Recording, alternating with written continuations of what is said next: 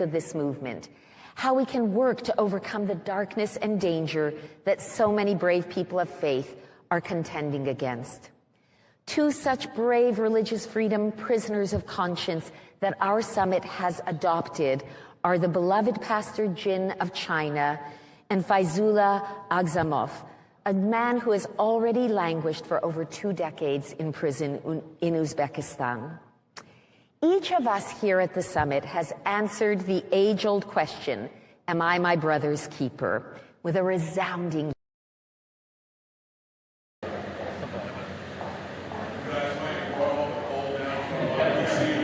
We'll take it back. We did. We'll take it back.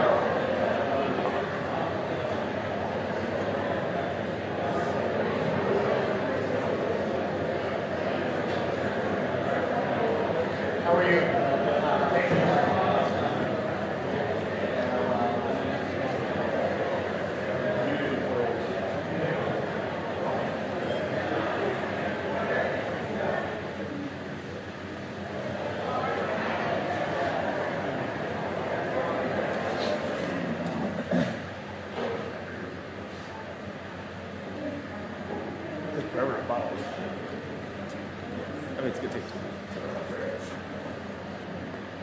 So much stuff to do. I do so too. looking forward to Me too. it. I have so many invoices.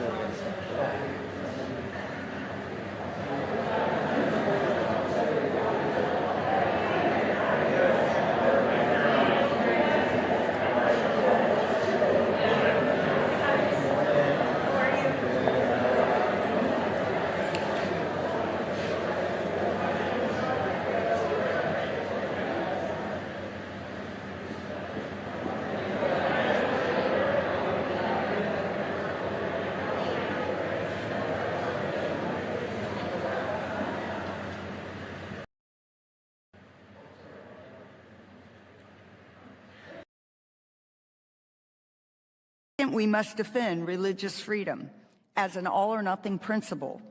This is not about protecting only my community or your community. If religious freedom is only defended when it is convenient, then it's not religious liberty and freedom at all. And we're here because of them. In fact, by their lives of another. They live and work behind enemy lines, testifying by their lives. They live and work behind enemy lines, testifying by their lives of another way, a way of light and life. They live and work.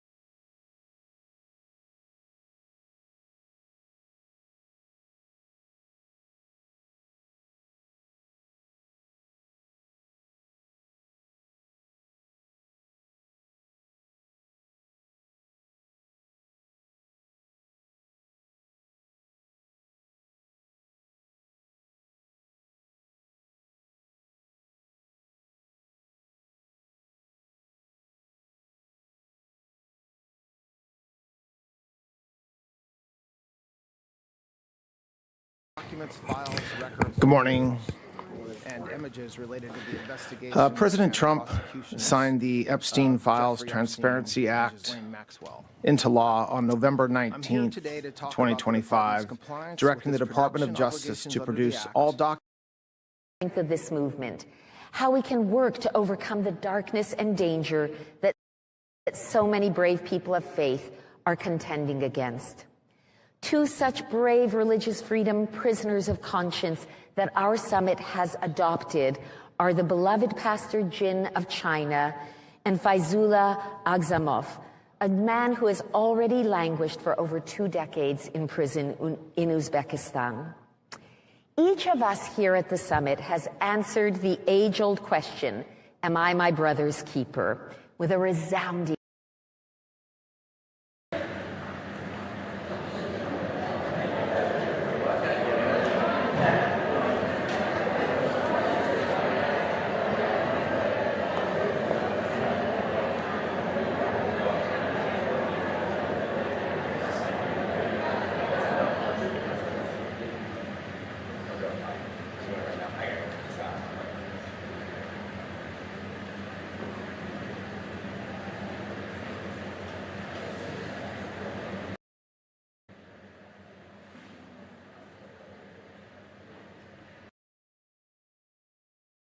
and leaders.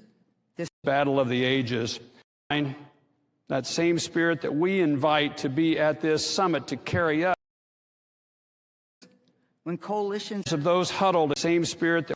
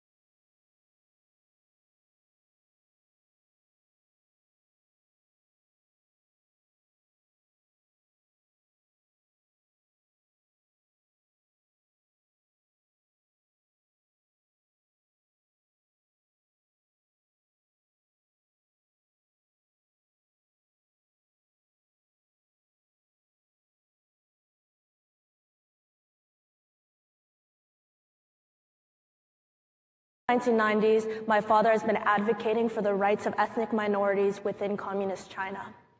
And since the round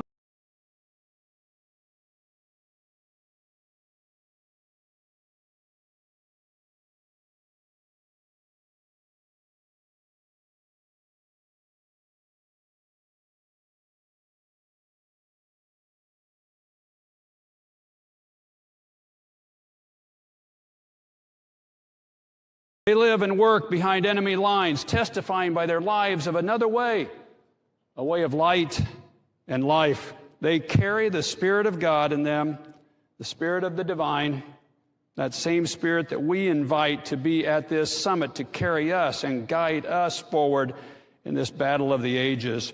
This entire effort is an answer to prayer. The prayers of those huddled in quiet corners, secretly praying that their chains would be broken. And we're here because of them. In fact, I was in prayer November 23rd, 2020, when I had the implanted thought to help organize an annual International Religious Freedom Summit. Yes, God answers prayer, and He sent us. Have a great summit. God bless you all in this movement.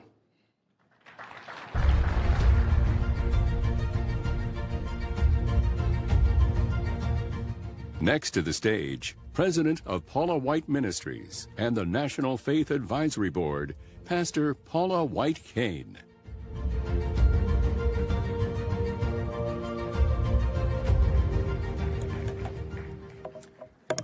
Good morning, and thank you to our co-chairs, Ambassador Brownback and Dr. Sweat. And thank you to every advocate, diplomat, survivor, faith and belief leader gathered here today at the Washington Hilton. I'm so grateful for the work you do. It's an honor to be with you for the 6th Annual International Religious Freedom Summit, an event that is remarkably, in a short time, has become the premier civil society gathering for this essential cause. And I am very honored to stand with you not only in this moment, but from a lifetime of commitment to this cause. I've spent decades advocating for people of faith and belief around the world, and I've been blessed to go to approximately 140 countries to travel, seeing firsthand both the beauty of worship and the cost that many people pay simply to live according to their conscience.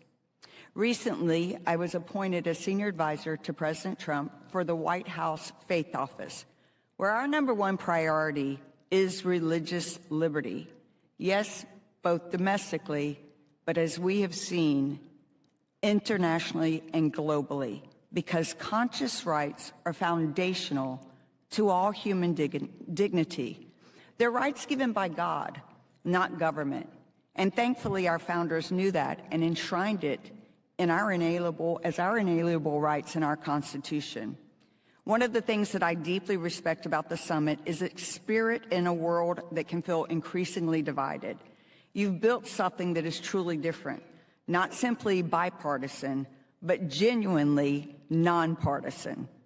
A place where people can come together with the sincere desire to defend the conscious rights of everyone, everywhere, all the time. And that brings us to the moral center of why we are here today. The right we defend is not a privilege granted by powerful. It is a fundamental human right that we all are fighting for, recognized in Article 18 of the Universal Declaration of Human Rights, which states, everyone has the right to freedom of thought, conscience, and religion.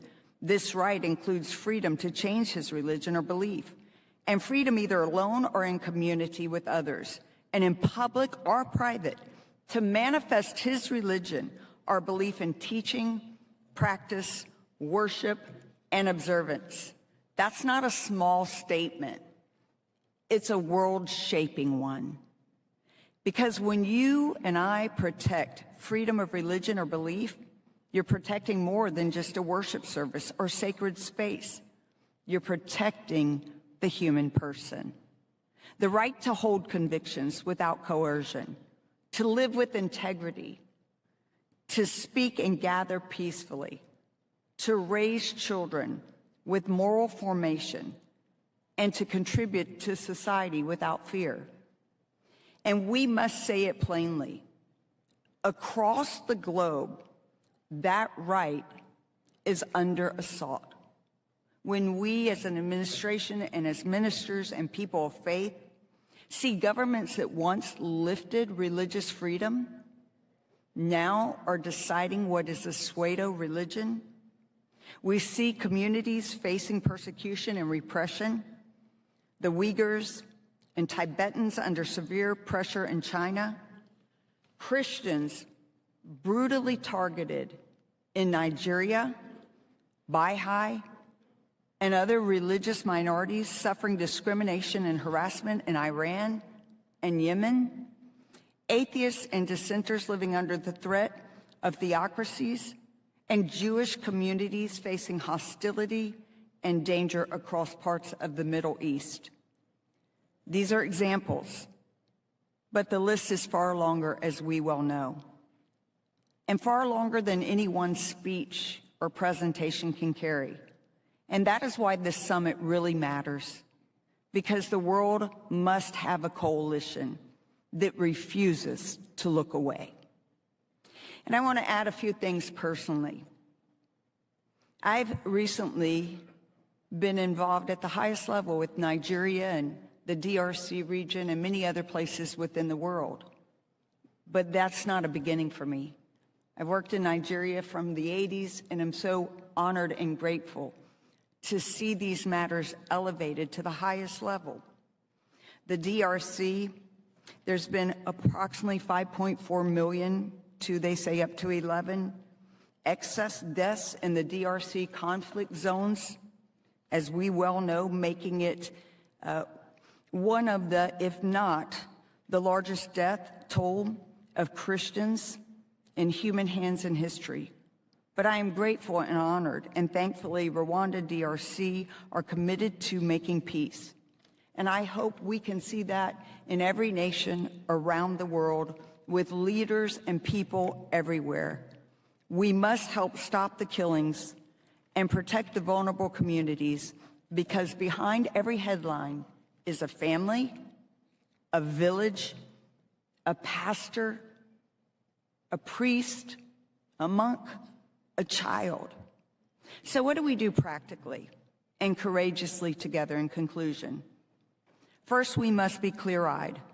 Governments that imprison the faithful, restrict worship, and criminalize conversion, weaponize blasphemy laws, or allow mob violence to go unpunished must be challenged. consistently and publicly, until they honor the fundamental right. Second, we must defend religious freedom as an all-or-nothing principle. This is not about protecting only my community or your community. If religious freedom is only defended when it is convenient, then it's not religious liberty and freedom at all. The test of our integrity is whether we will defend the rights of those whose beliefs differ from our own. Third, we must keep reminding the world of what experience shows. When freedom of religion or belief is honored for all, societies become stronger, more prosperous, more resilient, and more stable. It strengthens civil society. It reduces conflict. It increases trust, and it helps nations flourish. I've seen this work up close. During the 45th administration, I had the privilege of working with Secretary Pompeo and Ambassador Brownback as the United States elevated global religious freedom efforts, helping advance the ministerial to advance religious freedom and building stronger international cooperation to defend people persecuted for their faith, working on the Abraham Accords.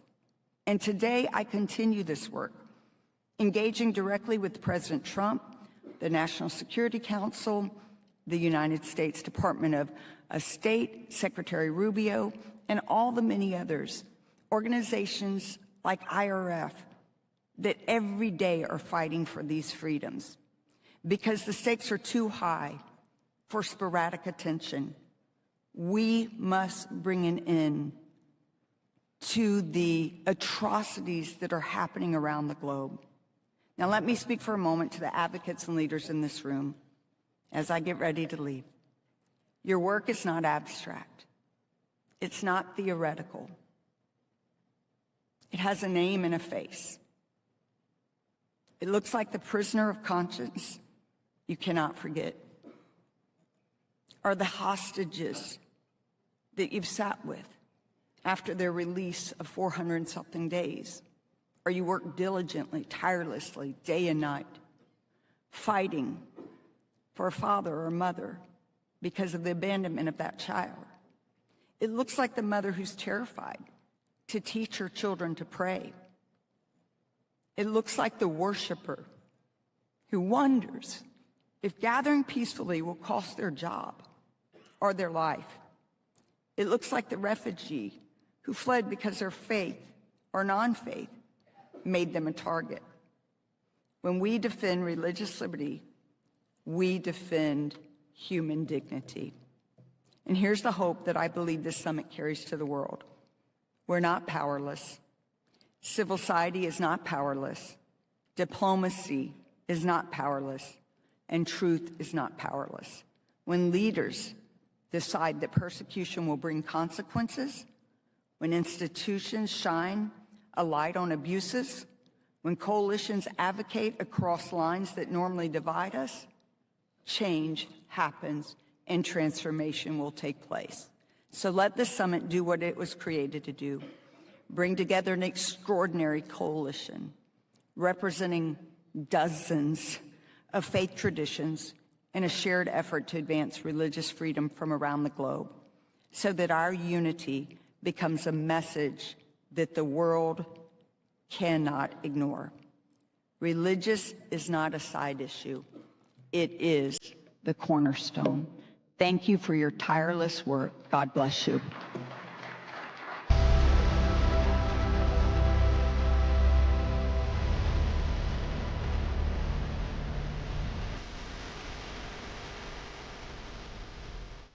Joining us on stage, Temelin Tugachuk. Ms. Tugachuk is a young Southern Mongolian activist, born in the U.S. to parents living in exile. She has never set foot in her family's homeland.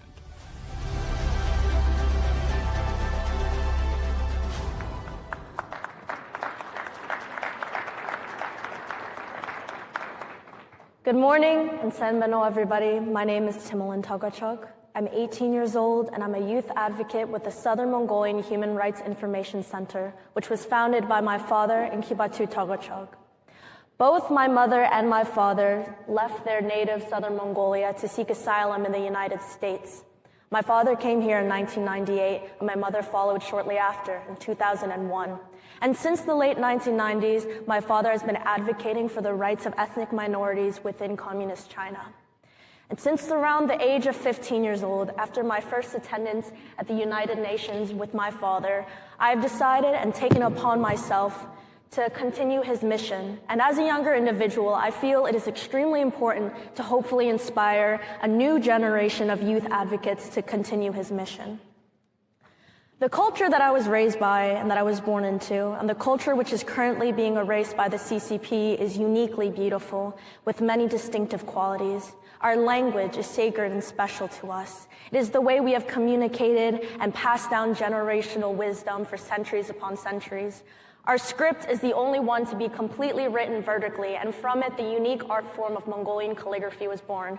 We also have our music, which is known worldwide. For example, Hume, also known as Mongolian throat singing, long song, and the Merenhor, which is also known as the horsehead fiddle, as well as our clothing, like the turluk I'm currently wearing, our intricate jewelry and headpieces, and many, many more features. So one must ask themselves, why is the CCP attempting to destroy unique and beautiful cultures such as my own? Well, since around the 60s and 70s, after the Cultural Revolution and the formation of the CCP, Communist China has been actively persecuting any form of religious expression as they see it as a threat to their authoritarian regime. In Mongolia, the two main religions are shamanism and Buddhism, both of which are strongly intertwined and deeply entrenched in our Mongolian culture as a whole. In an attempt to completely destroy our culture, the CCP has torn down our sacred ovos. They have persecuted monks and other religious figures. They have destroyed our religious texts and art. And they've replaced portraits that once showed His Holiness, the Dalai Lama, with pictures of Xi Jinping and Mao. And even nuns and monks are forced to attend political re-education sessions. In recent years, however, China has reinstated a few temples in a performative attempt to show the world that they in fact are religiously tolerant. However, this is not the case, and it is a hollow gesture. Our religion has not been restored, and in destroying our religion and spirituality, they have been destroying our culture as a whole. The CCP claims that this is for the betterment of society and that they are merely re-educating us to the proper Chinese way, but we do not need to be re-educated. Our traditions and our spirituality are our lifeblood, and they have guided us for centuries upon centuries. I, as someone who is the daughter of two political exiles, have been unable to witness key events for my extended family and create cherished memories with the people I'm supposed to be closest to in this world. I currently have a cousin who's being hospitalized. I have two grandparents and an uncle who passed away within a few years of one another, and another cousin who just recently got married. For none of these, I was able to be there. And for a culture where family and community is so important and is such a major pillar in our lives, this causes a deep, sentimental pain unlike any other.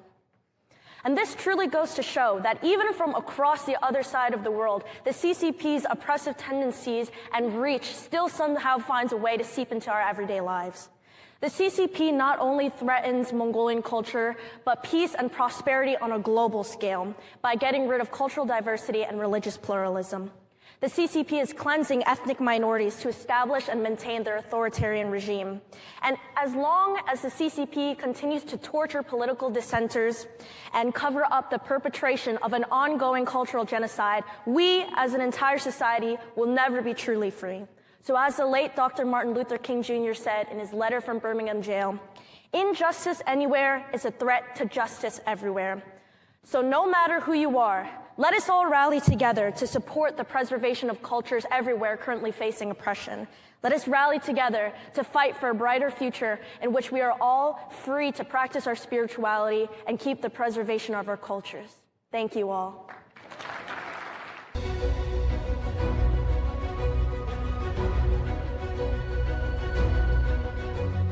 Please welcome to the stage our panel for prioritizing IRF commitment of global democracies. Moderator, former U.S. Special Advisor for Religious Minorities, U.S. Department of State, Knox Thames.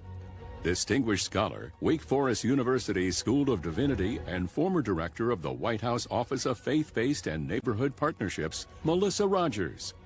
Executive Director, American Center for Law and Justice, Jordan Sekulow. And former United Nations Special Rapporteur on Freedom of Religion or Belief, Ahmed Shahid.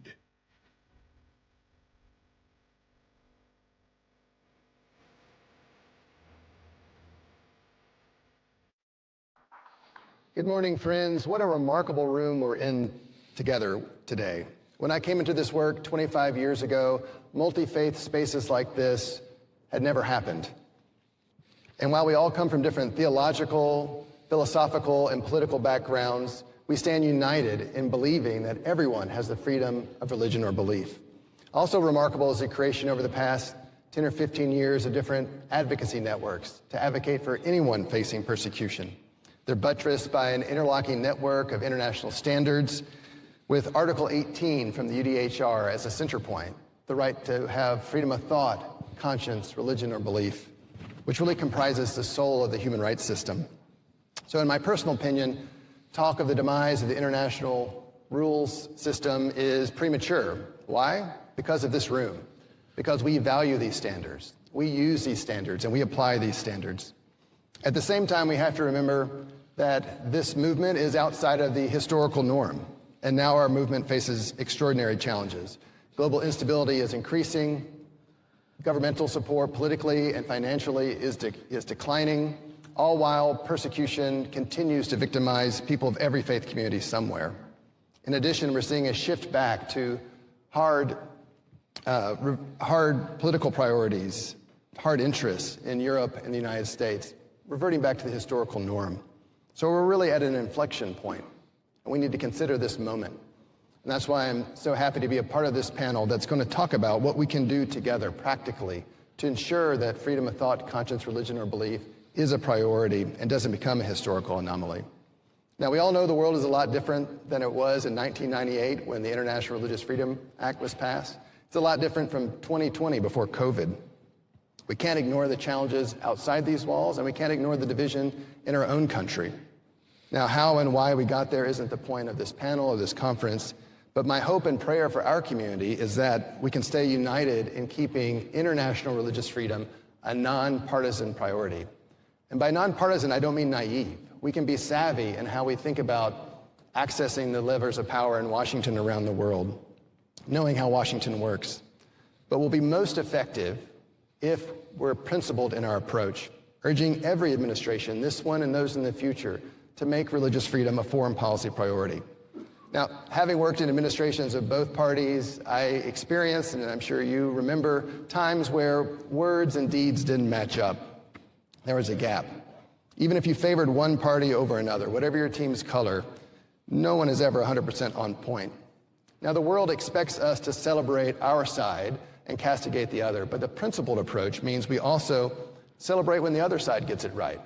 And we prod our own side to do better when they fall short.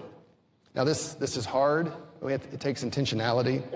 But practically, we can't sit in silence because there is a pandemic of persecution impacting millions around the world. We can't let up. But at the same time, we've got to innovate. Those against religious freedom are constantly finding new ways to repress.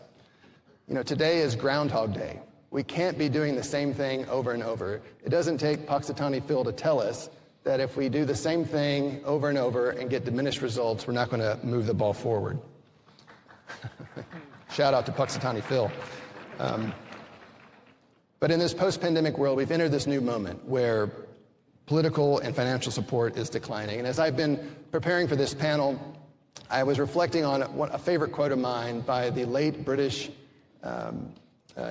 chemist Ernest Rutherford. He won the Nobel Prize in 1908 for splitting the atom. And as he was trying to gather resources for his research, he told his team, "We haven't got the money, so we have to think." And I think that's very applicable for us. We've got to start thinking. We've got to be creative. We've got to work collectively and practically to find new ways to encourage, pressure, cajole our leaders in other countries to do better. And in a democracy, if you're blessed to live in one, our voices truly matter. So we need to respond with purpose and vigor. We need to get wisdom. We need to get understanding. We need to discern the moment. And so to help us think through this challenge, we have a fabulous panel. I'm not going to formally introduce them. Their bios, which are lengthy and distinguished, are in your materials. But we're going to be exploring the practical ways that we can move democracies, both here and other like-minded countries, to make a concrete commitment to promoting religious freedom, to recommit to doing everything possible to advance this right around the world in concrete ways so that those people suffering can see a tangible benefit from our efforts and our engagement. So first, I want to turn to my friend Melissa Rogers. Melissa, you've served in 2 different White Houses, leading faith engagement. You work directly with religious communities. What are some examples you could share with us about best practices when religious communities came to you with a problem and how they were able to partner with you, partner with the White House to see progress made? Thank you. And thank you so much. It's been great to work with Knox and all the distinguished panelists here and all of you. And I just want to say a special word of thanks to our co-chairs, Sam Brownback and Katrina Lantos-Sweat. I've been at these gatherings since they began, and it's just been wonderful to see it continue to come together annually. I know it's a lot of work, and we're really grateful for your leadership. So to your question, Knox, when we were in government, one of the things several of the things that I really appreciated that groups did was, first and foremost, to work across faiths and beliefs as widely as possible. You know, the best coalitions are the broadest and the loudest. And so we often saw people that were working, with maybe smaller coalitions, more narrow coalitions sometimes, and that's completely appropriate, but always looking to work to form the broadest coalitions that they could, even if it meant breaking off certain issues and forming single-issue coalitions in addition to multi-issue coalitions. So that's one thing. Another thing is being really persistent. Pleasantly persistent, but persistent. One meeting is never going to cut it. You got to have a lot of meetings and stay after it while understanding schedules in people's offices and in the White House and otherwise can be tricky. So staying after it, staying in communication, that's a big deal. Also, and this links back to the first suggestion that I made, being able to express that big goal, the big principles we're fighting for, and the big achievements that we want to make. At the same time, being able to break those down into steps so that we can chart our progress and to appreciate that progress is a good thing. Achieving the silver bullet is, of course, a remarkable thing, but as we work toward that silver bullet, we can also take concrete steps that we celebrate and that we work really hard to achieve. So I would say those are a few of the things that are really helped us to work better with NGOs. That's great. Next, I want to turn to Ahmed. We talked about multi-faith engagement, persistence. You have such unique experience, serving in not one, but 2 different UN Special Rapporteur positions, first on Iran and then on freedom of religion or belief. You've engaged with governments, good and bad, on these issues. What are the concrete tools that you've noticed that democratic governments have that they've successfully used to change behavior when they've partnered with you? And what are the tools at the UN as well? Well, I think the most important thing is to be able to reach out to different levels, multi-levels of activity. So you have the government, you have the municipal actors, you also have the parliamentarians, the grassroots as well. So the ability to reach out to these different levels is what democracy actually possesses, and that is a very, very important tool. In terms of UN's engagement, what can happen is when these actors work with the UN mandates, they reinforce each other, then can have a real impact. In all my years of working for the UN, I raised hundreds of petitions on people's behalf. Many remain in prison, some were released. But when I met those who were released and meet those or family members of those in detention, they tell me without exception that every time somebody speaks out on their behalf, UN or members of the UN or society actor, when they are spoken about, when they are legitimate, as it were, they feel subjectively better and safer in their own prisons, dark cells. and also objectively better, though, because the government treats them better. So the idea is that you use these various approaches, multi-level, multi-stakeholder approaches you have, for the purpose of highlighting a case, and that works. We may not get the result we want overnight, but we keep pushing, it matters. And so the lesson I take from the UN is that we keep doing this, things do change. It may be incremental, but without that intervention, it only get worse. So persistence, again, another theme, and raising concerns. Jordan, democracies are powered by voters. You've worked on campaigns. You lead a major NGO. When we're trying to make the case outside of the Beltway to the public at large, what are the arguments that you use for why religious freedom for all matters? I think that if you're the United States or in a country similar that respects religious liberty to the point where you can choose your own faith, leave your faith, start a faith, be an atheist, be agnostic, talk about it, and you know that if any threat came your way, the government would actually protect you for that belief or for your new faith. And then we see that all the time when we drive by places of worship. At different time periods, we've seen increases of violence in places of worship here in the United States.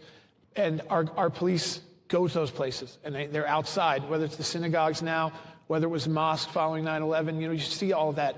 For us, what we have seen is that countries that respect religious liberty are likely going to be countries that are allies of the United States, good allies of the United States, which means allies on the same human rights values at the United Nations, someone that we can work with in a national security way, but also domestically. I think the concern right now we see in our country is that there's so many countries that don't have religious liberty at all, and everything is underground.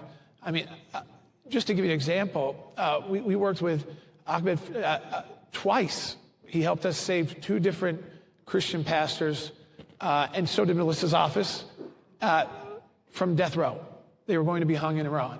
So they were underground church. So obviously, if you saw an Iran that respected religious liberty 20 years from now, that's a very different Iran than the United States is dealing with. And I don't want to just pick on that part of the world. Obviously, China, these countries. What we have seen for our domestic audience is you've got to be able to, they want to see the story. Now, sometimes, I think, unfortunately, with social media, it almost got overwhelming. The ISIS videos, when people saw that, whether it was the Coptic Christians on the beach being slaughtered, people being burned alive, drowned, the women being sold, it definitely woke up the church to, well, we might face a little discrimination here by confused government bodies at the state and local level. We handle that at the ACLJ. But there's real kind of biblical level persecution happening around the world.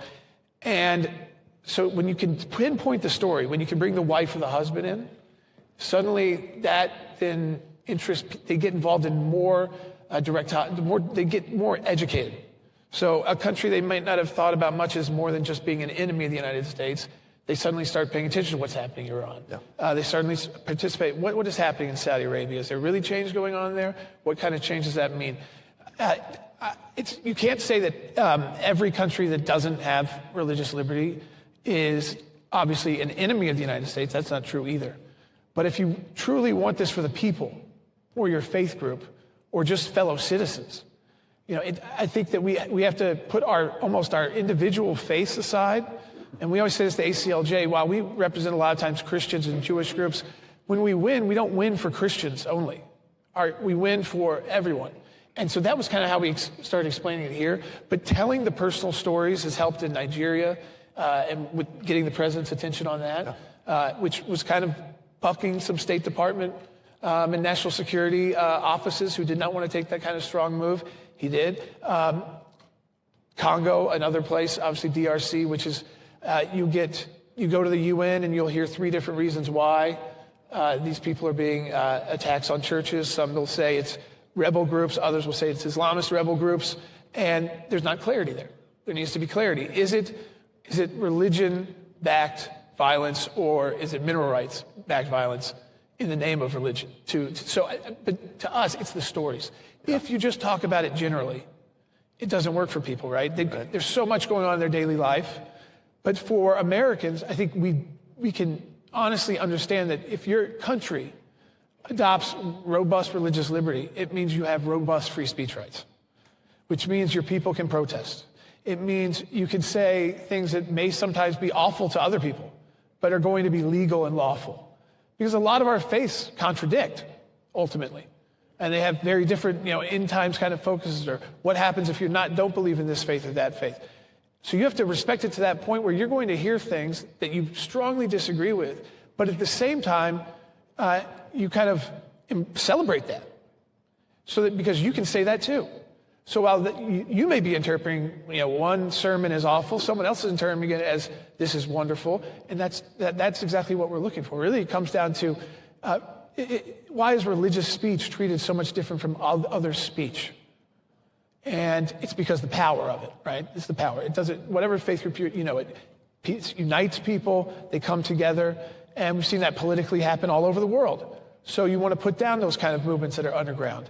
But I do believe that if we, and I think why it's important, like we're here, because we can meet so many of the people with the stories, and then tell those stories through our media departments, take it to the UN, bring, so that the wife, the husband, the family has to be seen in the room by the country that is persecuting the father, that is imprisoning the father. And it's embarrassing to them. Yeah. China doesn't like when you do that. Iran does not like when you do that. Russia, I mean, we had an officer in Russia until the war, and we beat them once at the the European Court of Human Rights, and literally got a phone call from the Federation to our office in Moscow that said, listen, when you have some regional government out of control, just tell us. Yeah. We'll stop it. Don't do that to us anymore. That's not us. Now, what did we see come out of that? We saw there was a birth of religious liberty for a period of time, even under Putin, an embrace of the Orthodox Christianity, but also other faiths. Other pastors weren't having issues. And then suddenly, when those pastors started being associated with the West and things got difficult again, the religious liberty falls back. Yeah. I think the power of stories is absolutely right. Yeah. And in the time we have remaining, Melissa, I'm interested to hear how you made the case for why high-level policymakers should be engaging with religious actors. Like what's the argument that you made inside the White House for taking the time to hear their concerns on domestic issues, on international issues? What was the winning argument for you? Yeah. Well, we certainly can't understand our nation or our world without understanding religion. Religion is so important to so many people, and religion groups and other groups of conscience do so much work in the humanitarian space that's so important. That plus the critical fundamental human right of religious liberty, as well as other rights that are defended by groups of faith and conscience, and it's important to our Constitution and our international law. It just makes all the sense in the world to have our government officials hearing from religious groups, and also having people who understand faith and who understand religious freedom in senior positions, both in domestic and foreign policy positions within government, with wide visibility across policy processes and authority to dig in wherever necessary, because religion can be a part of every human endeavor. So you need that kind of ambit to address the issues. Another thing I want to say, because of the title of this segment, that we're working on global democracies and how they can prioritize religious liberty, is how important it is for global democracies to lead by example. Yes. To recognize religious freedom for everyone, everywhere, in equal measure, to strengthen and preserve our democratic systems and the rule of law, to make sure that we are supporting robust programs like refugee resettlement and their integrity. These are all things that are crucial to the sustenance of religious liberty in our own country and around the world. Yeah. Ahmed, same question for you, but in the UN context. When you would be presenting a report to the Human Rights Council or the General Assembly, what were the themes that you would highlight to make the case for why those governments needed to care more about religious freedom? I think the most compelling case to be made, and I try to make, is that in everybody's interest to address this issue, because religious repression doesn't stay in one space. It's not sporadic, it's often systemic and spreads. And then everybody is involved in that. That's one. Also, look at the major global issues like refugee crisis at the moment. One of the biggest reasons why we can't even begin to make a dent in the repatriation, for example, is because today conflicts are more protracted, and as a result, you don't get to resettle them, so repatriate them. And one reason is, of course, religion gets implicated in these conflicts. So religious repression tends to prolong conflicts as well. So the idea is that to understand that it's in everybody's interest to work to address the issue here. It's not about one group or the other, it's about everybody's equal rights. And once we make that argument that everybody has a stake in doing it right, then I think the needle moves faster. There are many examples of this. For example, take the US here. US leadership some years ago on defamation of religions, blasphemy laws. It's a classic case. I think it has been described as the best thing done by the Human Rights Council because it resolved this issue and showed everybody a common way to address incitement to violence and incitement to discrimination. So pointing from polarized positions to a common shared goal, that's the best way to go forward. Of course, we can use other avenues, but the most productive, most long-lasting effects come from that kind of finding the common ground on which everybody can move together. And last question, Jordan, in our time we have remaining, ACLJ is a nationwide organization, grassroots. You hear from the grassroots every day.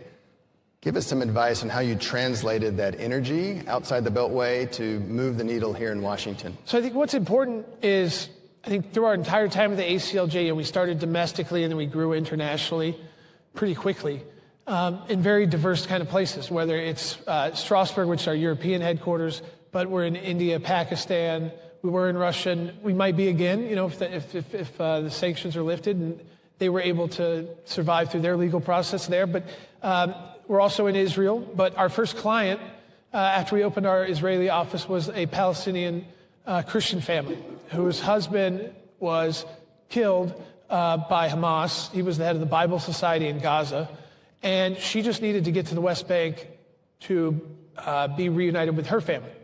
And this was a day before Operation Cast Lead began. We didn't know that at the time. We got the call, though, because Israel knew she was our client. And we had worked at the UN. We had worked to kind of expose us to the point where Hamas, they went to the gate and they took her there and they said, no one's opening this gate today. And Israel, I was like talking to them on the phone. They said, these are the stories that work because it brings people in. So from one fan, I'm talking to the Israelis. I've got her, and then she hands the phone to the Hamas guy. I'm like, listen, you can't follow her. When she gets to the halfway point, the gate will open. And you need to close your gate immediately. And so I kind of confirmed that with Israel, and it happened.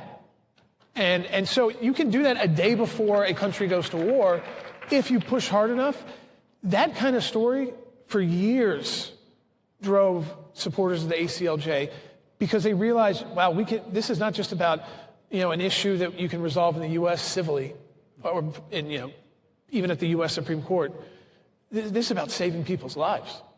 So and most of our faiths call us to do that if we can, to save the innocent. Almost every faith calls for that. So if we're truly practicing our own faith, that's how we talk to our people. If you're truly practicing your own faith, you can't ignore the issues in your own country. You want to handle those first. Like Melissa said, we have to, if you're going to come doing this from the United States, the U.S. has to be protecting religious liberty here at a very robust level too.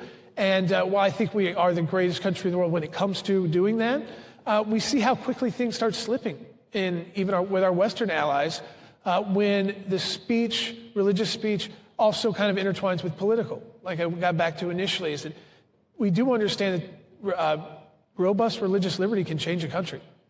And it can, not just its people, but its entire way it's perceived around the world. And so, again, those stories, people understanding how it can make them safer, but also the dictate of their faith. Yeah. Calls them to do something. Yeah.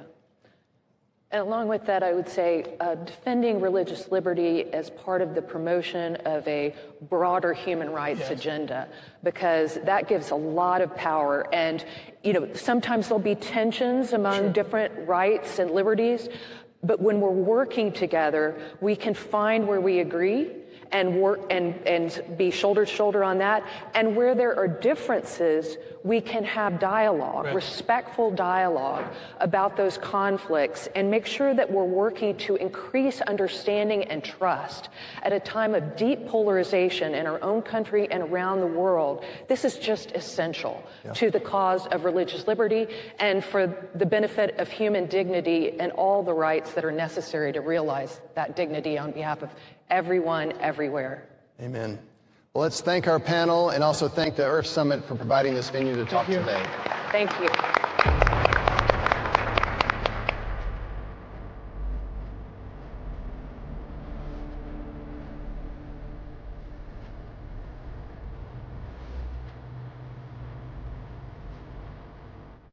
And now, please welcome Quorum of the 70, Church of Jesus Christ of Latter-day Saints, Elder Eric Baxter.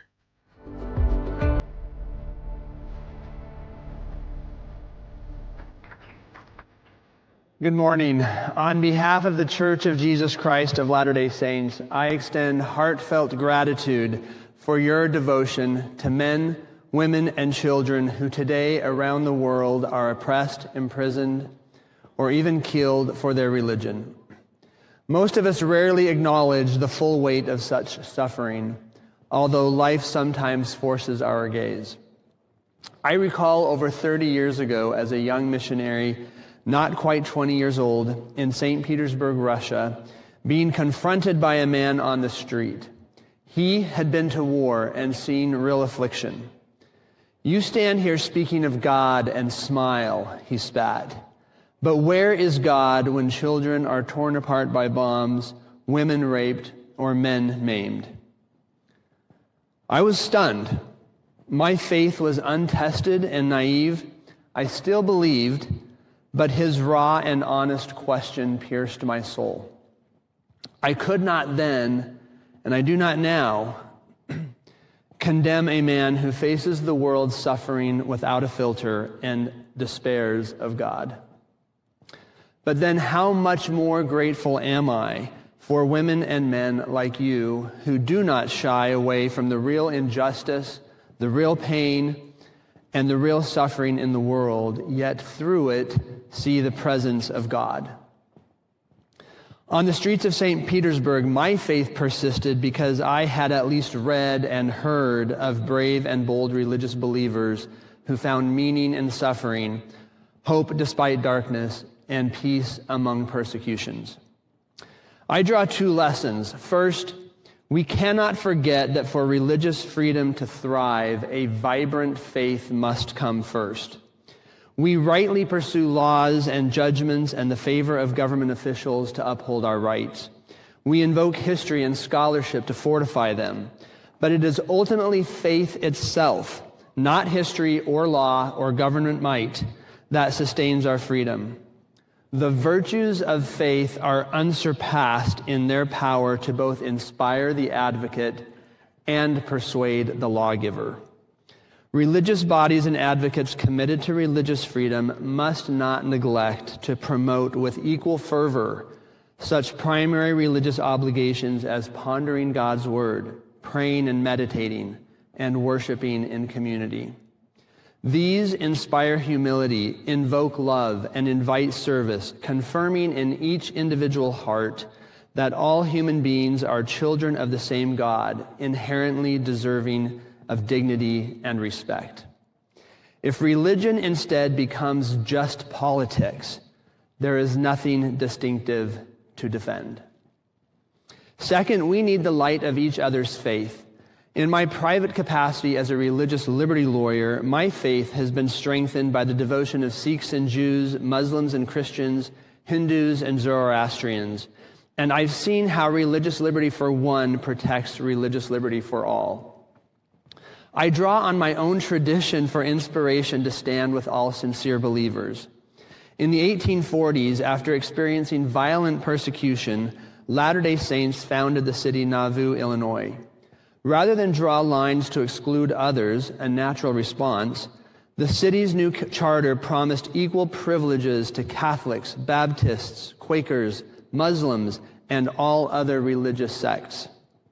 Joseph Smith later declared he was just as ready to die defending the rights of any denomination as his own, for he knew that the same law that trampled any other believer would trample the Latter-day Saint as well. In that same way, we need one another today. The Christian New Testament proclaims that pure religion is to visit the fatherless and widows in their affliction, a theme common to all religious traditions. To the man in St. Petersburg, I claim that only such a religion can ultimately solve the evil of suffering, inspiring us to love one another and to do good to one another. That is the task before us. May it inspire us to burnish our faith and to stand side by side as we defend the right for each to pursue that faith according to our distinctive religious beliefs. Thank you, and God bless you for leading that fight.